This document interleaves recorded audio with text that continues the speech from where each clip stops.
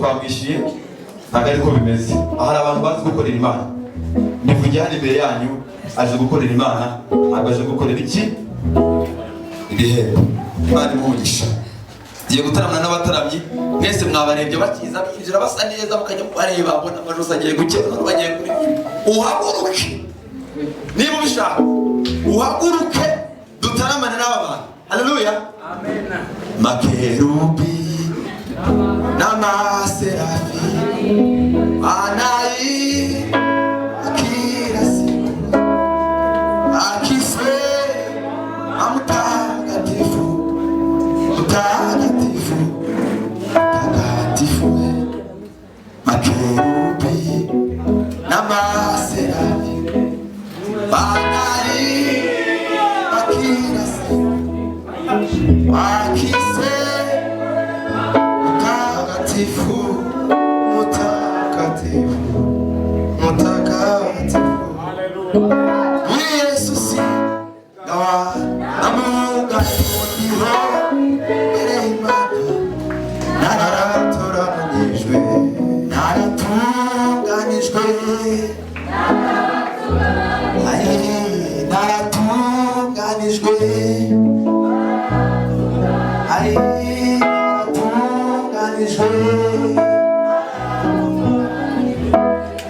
muri Yesu ndiho imbere y'Imana naratunganijwe. Kabiri perezida wa perezida ndabizi baragowe ariko bano bambaye ngo bategura. Hallelujah. Hallelujah. Hallelujah. Hallelujah. Hallelujah.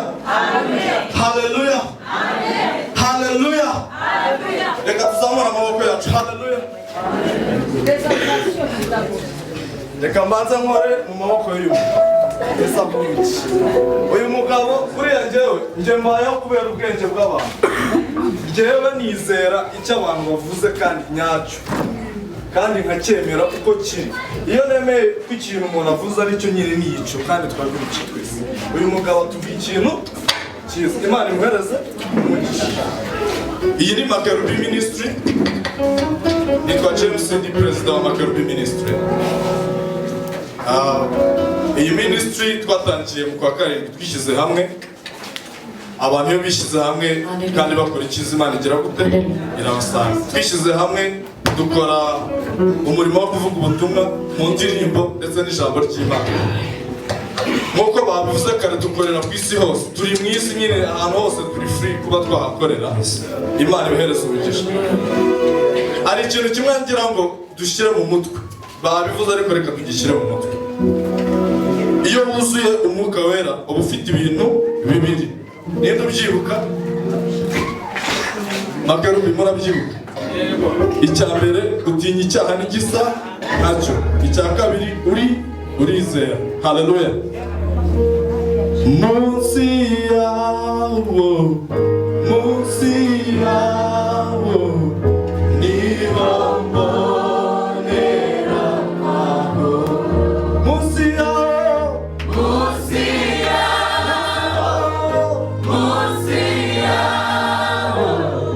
niba mbonera amahoro. Munsi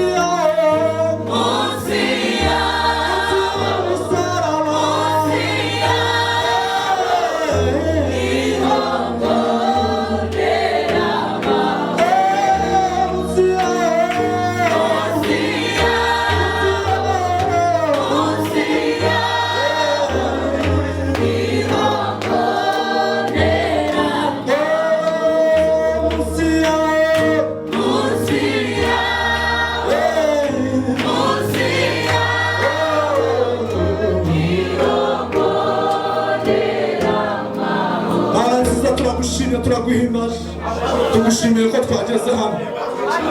Mana, mbere ya byose tubabarire, twitwaye nk'abantu tubabarire. Turakwinze kugira ngo bane natwe tugiye gutaramana natwe, bane natwe mu mitima yacu mu izina rya Yesu. Amen.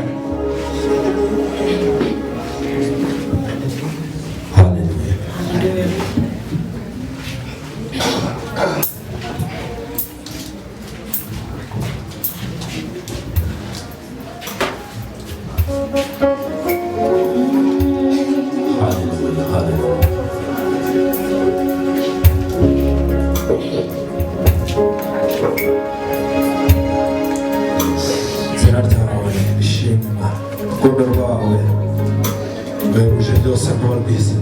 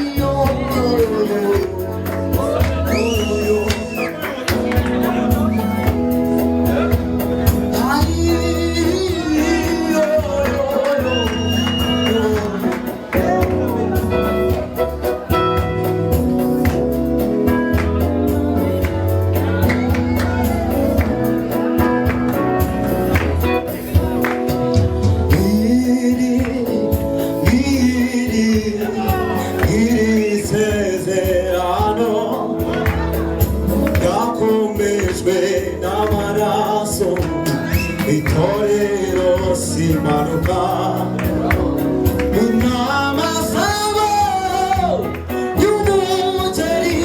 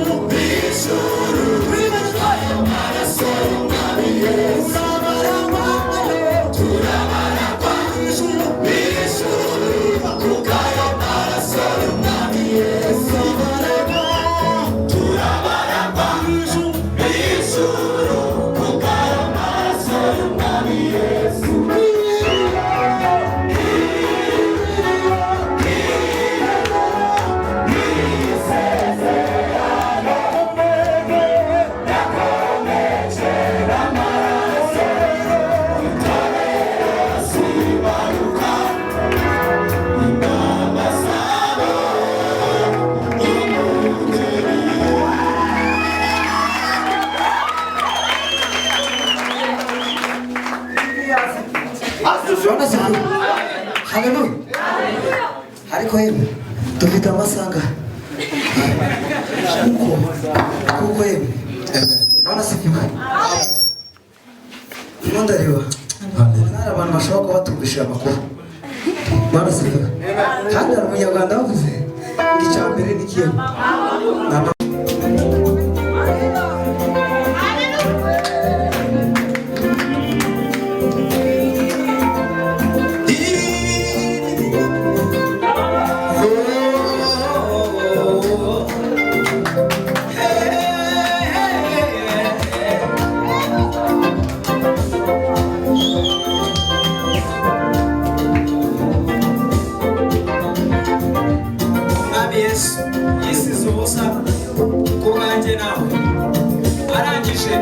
igihano cyari kuguhesha amahoro akishyiraho nawe igihano cyari kuguhesha amahoro akishyiraho aremera apfupfura uteye isoni aremera asiga ubwiza mu ijuru araza mu isi kugira ngo natwe tubashe kwitwa abana b'Imana. Haleluya.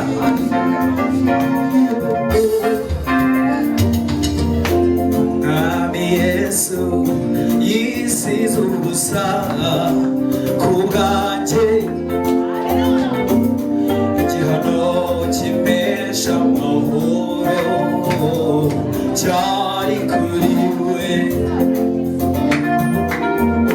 Umwami Yesu yisize ubusa ku bwanjye nawe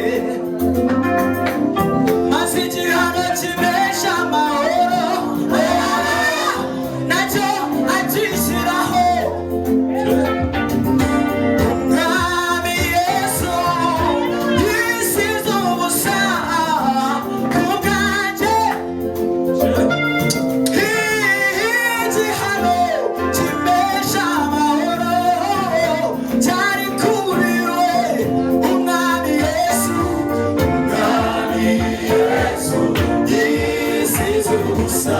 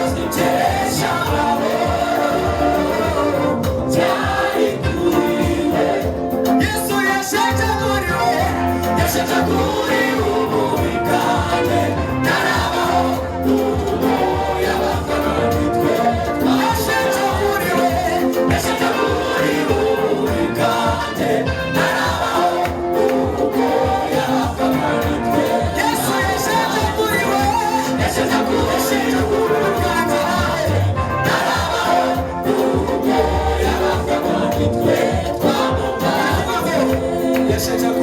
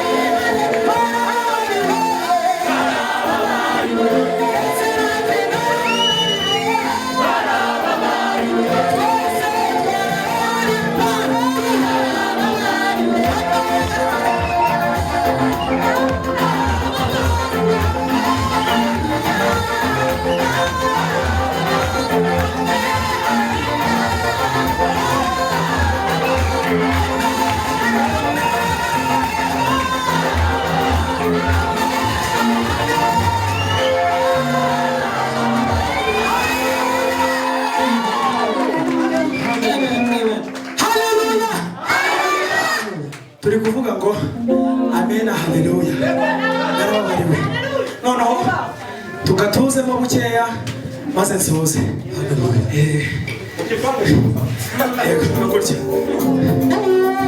ariko batugikirize twumve ubwira ngo narababariwe amen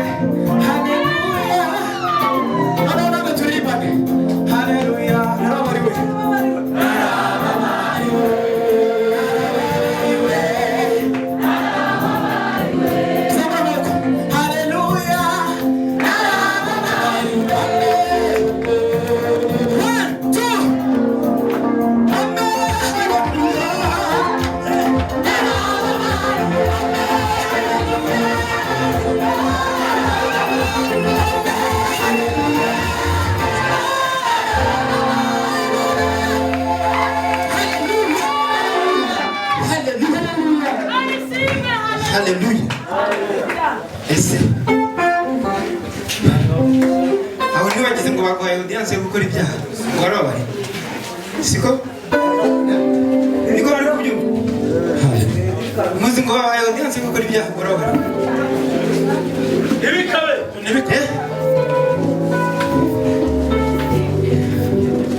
njyewe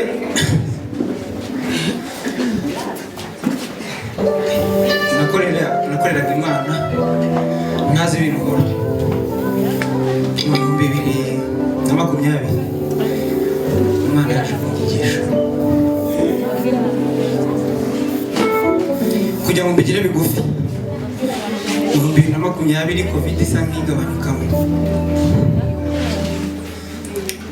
nenda narangije kwiga kaminuza mfite diplome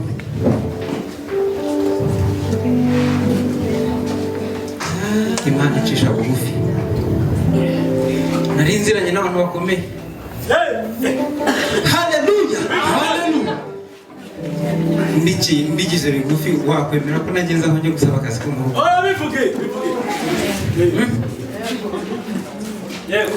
wakwemera ko nageze aho njya gusaba akazi ko mu rugo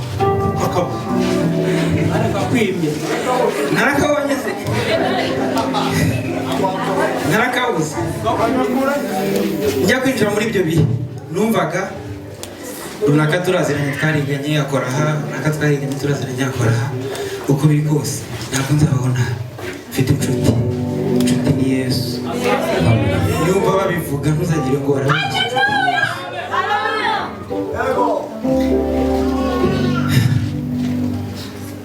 navuze ko nazagaruka kubivuga ahantu hose nzagera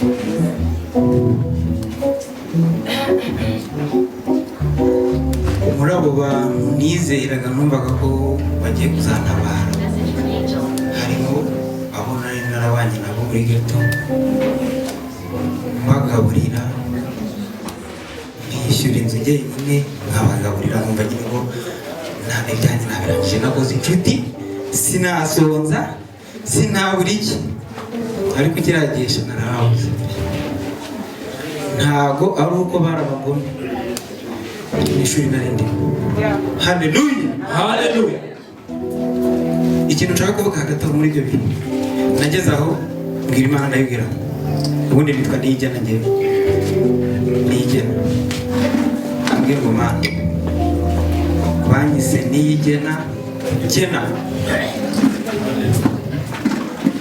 urabyumva impamvu nabanje kubaza ngo ushobora kuba wavuze abantu baduhaye audience yo gukora ibyaha nta kibazo ngiye kujya niba turubyiruko twese duterwa n'umwuka wo gusambana iyo utawufite uhura n'abawugutera iyo udahuye nabo hari ibyo ubona nawe ukavuga uti cyangwa se rimwe hari n'umwuka ugize mu bantu bango uba muzimu nagiye nayo nta muhungu nabo kuvugisha nta mukobwa nabo kuvugisha barakuruze hari n'umuntu wambaye story ngo yigize gushaka ngo ari gutestinga ko bamuroze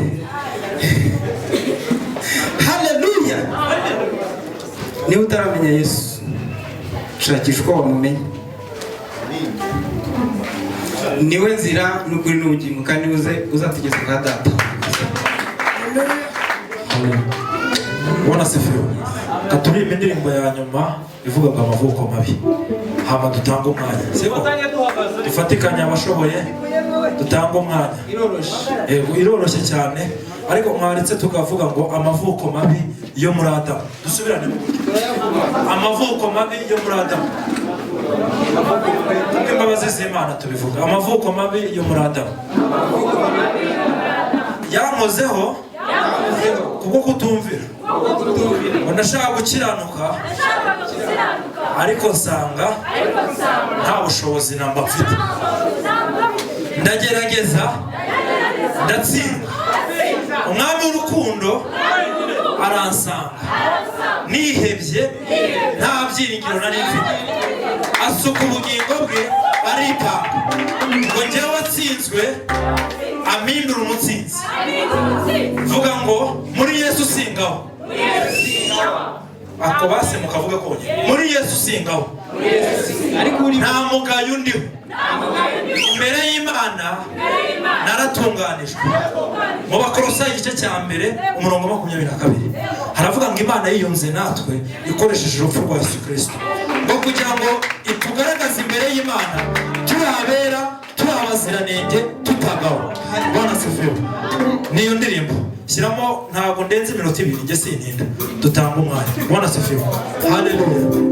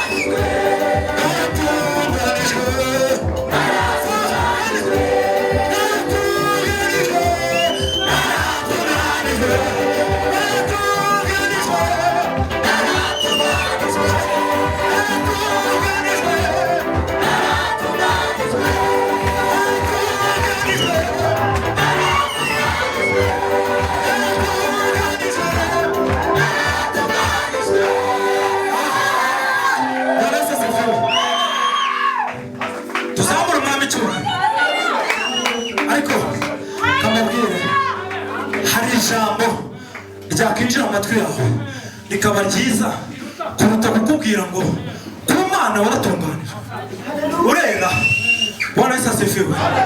Ntabwo ibyo bivuze niko Bibiliya ivuga. Ikibazo urimo. Bwana asifiwe. Haleluya. Tugiye gusubira papa. Iyo kamera ndayigonga impamo y'Imana. Bwana Yesu asifiwe. Tusanye umwami cyubahiro.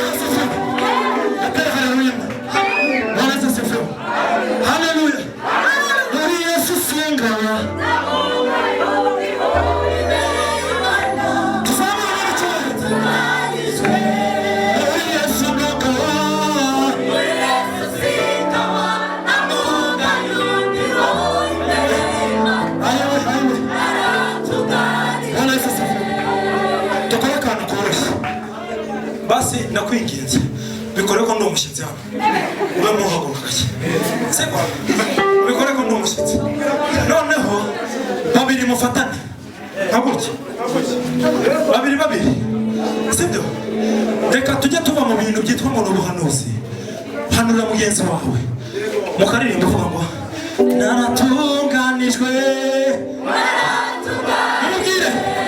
waratunganijwe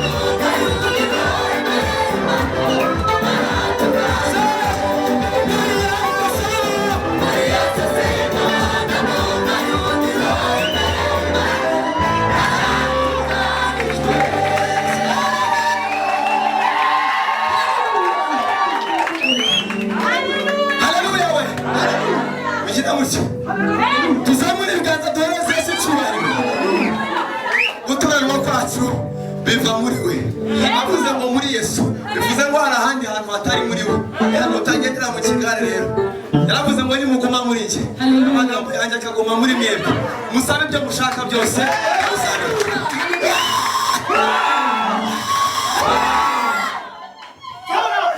uzwi byarangiye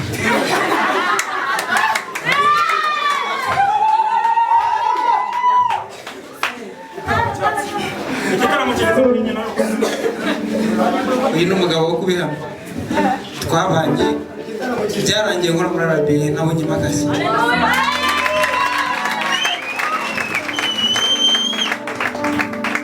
n'ubu navuyemo nagiye ahandi harenze kubera ko nabwo Imana kugenda nakomeje kubaza ngo urimo urabizi neza kurimo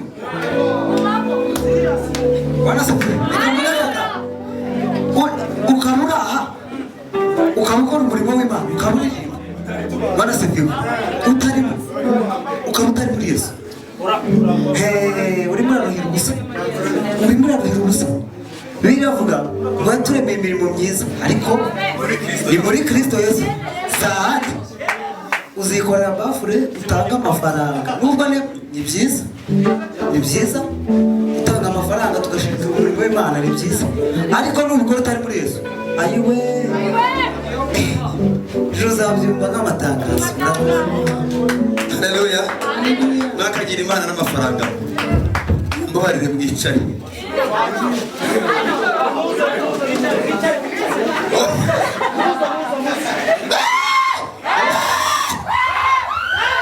Imana ibahe umugisha. Ugeze ukavuga Bibiliya iravuga ngo isengesho, ndabivuga bari kwicara nta kibazo, baragerayo bari no kwicara, ntabwo mvuga menshi, ariko Bibiliya iravuga ngo isengesho ry'umunyabyaha ikizira imbere y'Uwiteka. Ese bene ayo magambo muza muyumva? Isengesho ry'umunyabyaha ni ikizira imbere y'Uwiteka. Noneho ngo imirimo akorayo umunyabyaha, imirimo ye ngo ni ubushwambagara bwuzuye ibizinga. Kuba ikintu ari igishwambagara kikaba gifite n'ibizinga.